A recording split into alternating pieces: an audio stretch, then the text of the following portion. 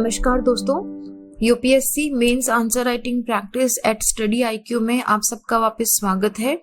आज हम एक बहुत ही छोटा सा स्टैटिक क्वेश्चन ले रहे हैं, मथुरा एंड गांधारा आर्ट्स।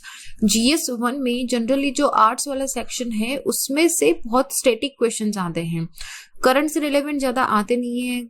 कभी कोइंस पे क्वेश्चंस आते हैं, कभी आर्ट्स पे आते हैं, कभी एंशिएंट ट्रेड पे क्वेश्चन आता है। तो जितना हम करंट प्रिपेयर करते हैं उतना ही एम्फेसिस हमें 50% एम्फेसिस हमें स्टैटिक पे भी देना पड़ेगा, स्पेशली ऐसे टॉपिक जो बहुत ही स्टैटिक हैं, जैसे कि हिस्ट्री हो गया, जैसे कि ज्योग्राफी हो गया। ये these are the static topics.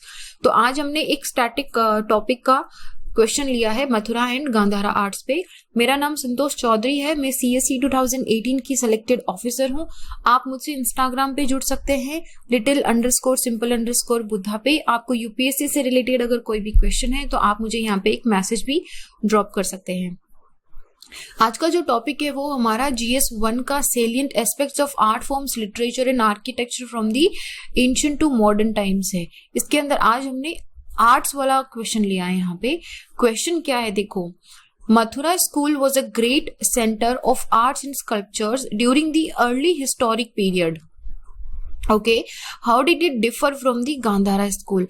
क्या बोल रहा है क्वेश्चन कि मथुरा स्कूल के बारे में स्पेशली पूछ रहा है। ये पहला सेंटेंस मथुरा स्कूल के बारे में, विच मीन्स हमें ज्यादा emphasis Mathura school of art पे करना पड़ेगा। नाउ मथुरा स्कूल आर्ट और स्कल्पचर दोनों पे फोकस कर रहा है, आर्ट पे भी कर रहा है, स्कल्पचर पे भी कर रहा है। का एक ग्रेट सेंटर था कब? अर्ली हिस्टोरिक पीरियड के अंदर। तो अपने को क्या बताना पड़ेगा कि मथुरा स्कूल ऑफ आर्ट क्या है, व्हाट इट इज। आर्ट और स्कल्पचर में हमें इसको एग्जाम्पल देना पड़ेगा, और अर्ली हिस्टोरिक पीरियड में क्या करना पड़ेगा, अपने को इसका टाइम देना पड़ेगा कि कौन से अर्ली हिस्टोरिक पीरियड की ये बात कर रहा है। फिर second part of the question है, how did it differ from the Gandhara school. तो यहाँ पे अपने को दोनों में कंपैरिजन करना है, दोनों में डिफरेंस बताना है कि गांधारा वर्सेस मथुरा में क्या डिफरेंस है, कि उनमें जो उनका ओरिजिन था वो कब फ्लोरिश हुए, उनमें कौन सा स्टोन यूज लिया जाता था, उसमें किस तरह का जो आर्ट है, क्या वो किसी और से इन्फ्लुएंस था या कंप्लीटली इंडिजीनियस था। तो इस तरीके से हम इसमें कुछ डिफरेंसेस बताएंगे, तो फिर हमारा क्वेश्चन हो जाएगा कंप्लीट। तो क्वेश्चन का फ्रेमवर्क हम क्या रखेंगे, थोड़ा सा मथुरा स्कूल के बारे में बताएंगे, एग्जाम्पल के साथ बताएंगे कि कैसे आर्ट एंड स्कल्पचर के अंदर ये बहुत ही ज्यादा अच्छा माना जाता था, ग्रेट सेंटर था। कब था? अर्ली हिस्टोरिक में। हम इसका टाइम फ्रेम देंगे कि इस वाले टाइम पीरियड में, इस वाले राजा की डिजाइन के अंदर ये बहुत ही ज्यादा फ्लोरिश हुआ था। और उसके बाद हम आ जाएंगे कि किस तरीके से मथुरा और गांधारा जो स्कूल है वो दोनों आपस में डिफर करते हैं। ये फ्रेमवर्क होगा। अब इस क्वेश्चन का कंटेंट आपने ऑलरेडी पढ़ा है, आपने अभी जो प्रीलिम्स की तैयारी करी थी तो आपने मथुरा वर्सेस गांधारा आर्ट आपने ये पढ़ा है। ये आपने नितिन सिंघानिया में भी पढ़ा होगा और ये आपने एनसीईआरटी में भी पढ़ा होगा। अगर आपने सीसीईआरटी फॉलो करा है तो वहां पे भी आपने पढ़ा होगा। This is a very common question. अभी अपने को क्या करना है, जो भी नॉलेज पढ़ी है उसको अपने को इस क्वेश्चन के अकॉर्डिंग फ्रेमवर्क में लिखना है। अगर ये क्वेश्चन उल्टा हो जाता, यहाँ पे अगर ये गांधारा स्कूल दे देते और यहाँ पे अगर ये मथुरा स्कूल दे देते, तो हम क्या करते, पहले गांधारा स्कूल के बारे में थोड़ा सा बताते, एग्जांपल्स देते, उस कौन से पीरियड में था बताते, फिर गांधारा वर्सेस मथुरा के अंदर वही हम दोनों के डिफरेंस बता देते। ओके, सिमिलरली अगर ये क्वेश्चन किसी पेंटिंग से रिलेटेड भी आता है, अगर किसी डांस से रिलेटेड भी आता है, इस तरह के क्वेश्चन में दो डांस फॉर्म्स के बारे में, दो पेंटिंग्स के बारे में अगर आपसे डिफरेंस पूछा जाए, या वेरियस पेंटिंग्स की रीजनल पेंटिंग्स के बारे में भी अगर मोटा मोटा आपसे डिफरेंस पूछा जाए, तो आप उस क्वेश्चन को इसी तरीके से अटेम्प्ट करोगे। पहले थोड़ा सा इंट्रोडक्शन दोगे, एग्जांपल्स लिखेंगे, और उसके बाद में हम उसमें क्या क्या मेन उसकी जो बॉडी है उसमें क्या क्या डिफरेंसेस के पॉइंट्स हम लिख सकते हैं, उनको हम बॉडी में लिखेंगे यहाँ पे। ऐसे सारे क्वेश्चंस को इसी तरीके से इसी फ्रेमवर्क में अटेम्प्ट करना है। चलो, इवन दो आप लोगों को इसका कंटेंट पता होगा, लेकिन मैं आपको थोड़ा सा कंटेंट बता देती हूँ। मथुरा स्कूल ऑफ आर्ट जो है ये जनरली 1st सेंचुरी एडी के अंदर फ्लोरिश हुआ था। गांधारा और मथुरा दोनों उसी टाइम के अराउंड फ्लोरिश होना स्टार्ट हो गए थे, कनिष्का के टाइम के अंदर। मथुरा स्कूल का जो मेन सेंटर था वो मथुरा था, लेकिन इसके अलावा सारनाथ और कौशाम्बी भी ऐसे एरियाज थे जहाँ पे मथुरा स्कूल ऑफ आर्ट का काफी बोलबाला था। इसमें कौन सा मटेरियल यूज करते थे नाउ, क्योंकि ये स्कल्पचर्स बनाते थे, जो मूर्ति होती है वो बनाते थे, तो मूर्ति के अंदर ये स्पॉटेड रेड सैंडस्टोन का यूज करते थे। और ये Mathura school of art completely indigenous था, कहीं बाहर से कोई इन्फ्लुएंस नहीं था, टोटली यहाँ पे इंडिया का ही इसमें इन्फ्लुएंस था, कहीं बाहर से इसका कोई भी फैक्टर नहीं आया था। अच्छा, ये generally 6th and 7th century Gupta period के अंदर एकदम पीक पे पहुंच गया था। उसके बाद में इसमें ऐसा ये किसी एक पर्टिकुलर रिलीजन का नहीं था, इसमें बुद्धिज्म भी था, जैनिज्म भी था, हिंदुइज्म भी था। तो इन सारे देवी देवताओं की मूर्ति यहाँ पे बनती थी। तो आपको दिखाई देगा कि ये ब्राह्मणिज्म, जैनिज्म और बुद्धिज्म सारे रिलीजन के अंदर आपको मथुरा स्कूल ऑफ आर्ट का इन्फ्लुएंस दिखाई देगा।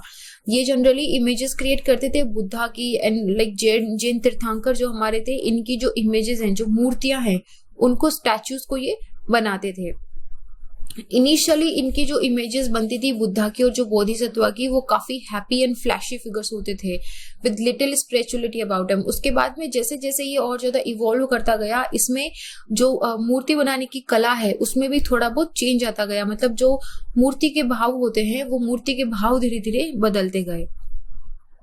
ये हमारा second part of the question यहाँ पे हमारा फिनिश हो जाता है। हमने क्या करा, यहाँ पे टाइम बता दिया कि कब था, ये कनिष्का के टाइम में था, और फिर 6th and 7th सेंचुरी में गुप्ता के पीरियड में बहुत अच्छा फ्लोरिश हुआ था। ओके, एक बता दिया। सेकंड में हमने बता दिया है कि अच्छा ये मथुरा स्कूल ऑफ आर्ट जो है मथुरा में था, टोटली इंडिजीनियस था, spotted red stone sandstone use लेता था, और क्या ब्राह्मणिज्म, जैनिज्म और बुद्धिज्म तीनों का इसमें तीनों में इसका कॉन्ट्रीब्यूशन था। तीनों के जो देवी देवताएं थे उनकी ये मूर्ति बनाता था। तो ये हमारा फर्स्ट पोर्शन, इंट्रोडक्टरी पार्ट जो है वो यहाँ पे खत्म हो गया है। अब हम आते हैं सेकंड पोर्शन पे, जो हमसे पूछ रहा है कि दोनों में डिफरेंस क्या है। डिफरेंस के लिए देखो, ये यहाँ पे मैंने ना ज्यादा डिफरेंस नहीं लिखे हैं, आपने ऑलरेडी ये पढ़ा है, तो आप अपने कंटेंट में जो आपके ऑलरेडी नोट्स बने हुए हैं वहां से आप इसको रिफर करोगे, क्योंकि जाहिर सी बात है आप रिवाइज तो करोगे ही।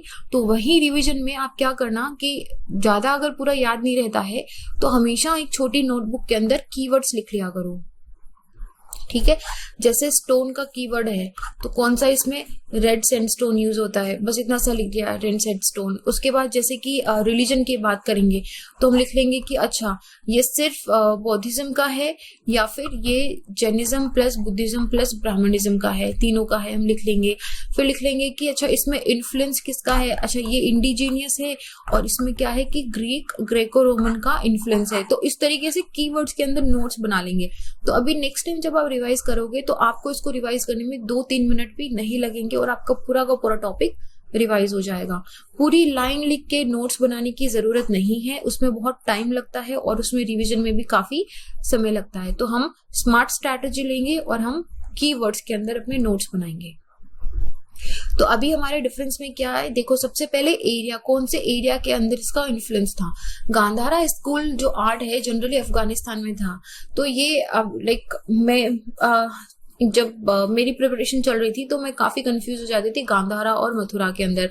तो मैं गांधारा को ऐसे याद रखती थी कि गांधारी जो महाभारत में थी शी वाज फ्रॉम अफगानिस्तान, तो like that how this is how I used to relate it. तो गांधारा स्कूल जो है वो अफगानिस्तान में काफी फ्लोरिश्ड हुई थी, वेयर इज मथुरा हमारी जनरली मथुरा या यूपी का जो बाकी एरिया है वहां पे अच्छा खासा फ्लोरिश हुआ था।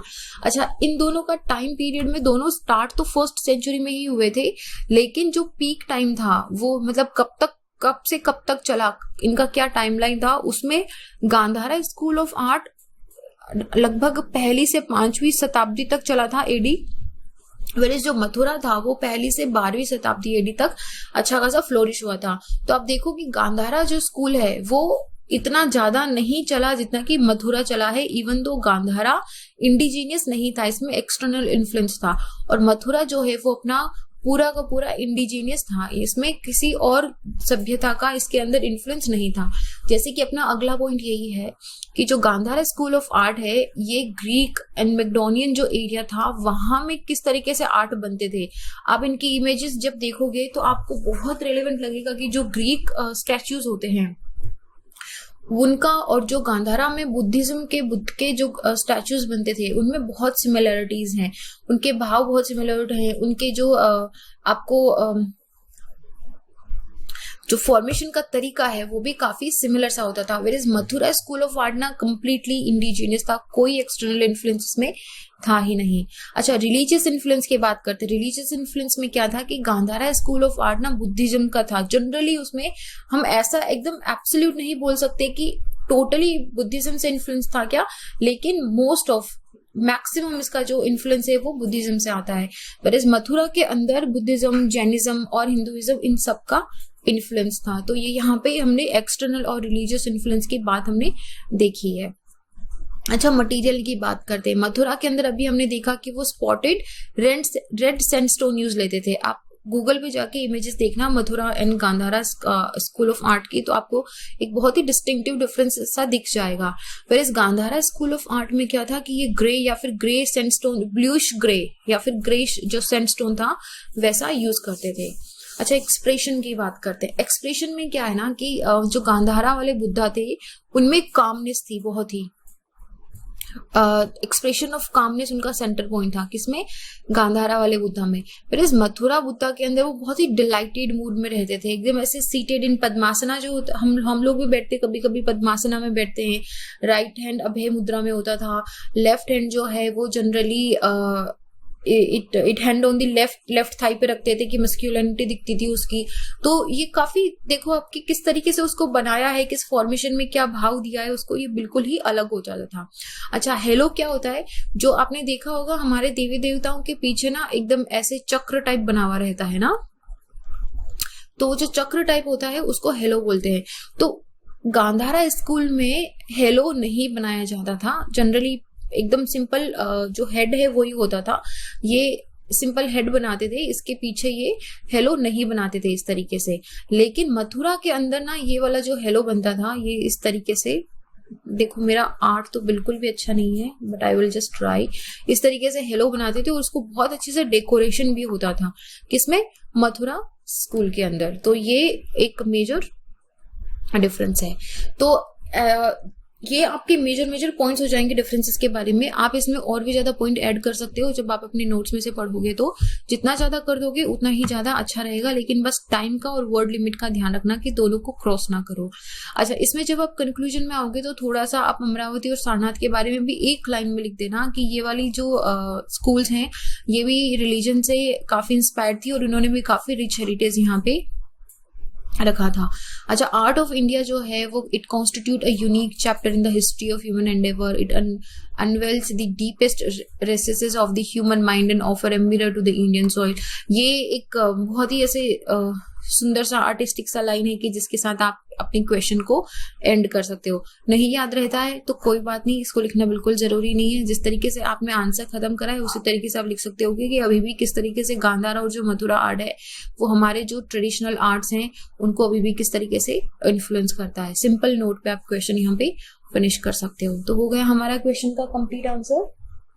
हमने बता दिया कि मथुरा स्कूल ऑफ आर्ट क्या था, आर्ट एंड स्कल्पचर का किस तरीके से सेंटर था, एग्जांपल दे दिया हमने। एंड देन हमने ये भी बता दिया कि किसके, कुषाणा के और गुप्ता के पीरियड में ये था। उसके बाद हमने हम दोनों का डिफरेंस यहाँ पे बता दिया। And that is how we will conclude our question. Okay, बहुत ही सिंपल सा क्वेश्चन है ये। लेकिन स्टैटिक में जनरली क्या होता है ना कि हम ज्यादा करंट अफेयर के पीछे जाते हैं तो स्टैटिक को हम रिवाइज नहीं करते हैं। सो आई वुड सजेस्ट कि आप स्टैटिक को भी इक्वली इंपॉर्टेंस देके रिवाइज करना है, स्पेशली जो हमारे स्टैटिक वाले पोर्शंस हैं। अच्छा, आज का एक सिंपल सा कोट लिया है हमने एपीजे अब्दुल कलाम का, science is a beautiful gift to humanity and we should not distort it. ये आप हमारे GS3 के अंदर यूज कर सकते हो। आप जहां पे भी आपको अगर लगे कि एनवायरमेंटल पॉल्यूशन हो रहा है या फिर साइंस की वजह से जो डिस्ट्रप्शन हो रहा है एनवायरमेंट में, हमारी इकोलॉजी खराब हो रही है, एनी हाउ, मतलब आप सोच, अगर आपको लगता है कि कोई हाई लेवल की टेक्नोलॉजी है जिसकी वजह से ह्यूमैनिटी को भी डेंजर हो रहा है, तो वहां पे आप इसे यूज कर सकते हो। आप इसे ऐसे में भी यूज कर सकते हो। इसका जो PDF है वो मैं मेरे इंस्टाग्राम पे इसका लिंक डाल दूंगी, आप वहां से इसको डाउनलोड कर सकते हो। क्योंकि आप में से काफी सारे लोग मुझसे पूछ रहे हैं कि इन सब का PDF चाहिए, तो मैं गूगल ड्राइव पे उसको अपलोड करके आप लोगों को मेरे इंस्टाग्राम पे इसका लिंक फॉरवर्ड कर दूंगी। And I will do this for all of the next lectures. So आप वहां से इसको डाउनलोड कर सकते हो। इस लेक्चर को यहीं पे फिनिश करते हैं। I will see you guys in the next question. Till then be happy. जय हिंद।